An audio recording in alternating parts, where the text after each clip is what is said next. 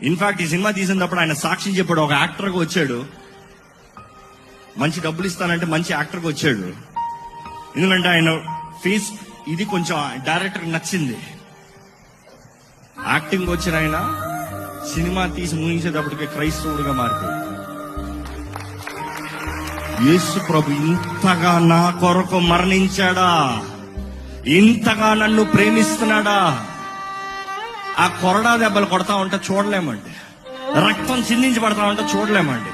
ఆ దెబ్బలు కొట్టేటప్పుడంట ప్యాడ్లేసి మొత్తం మేకప్లు రాసి అట్లా కొడితే అట్లా రక్తం చిందేలాగా యాక్షన్.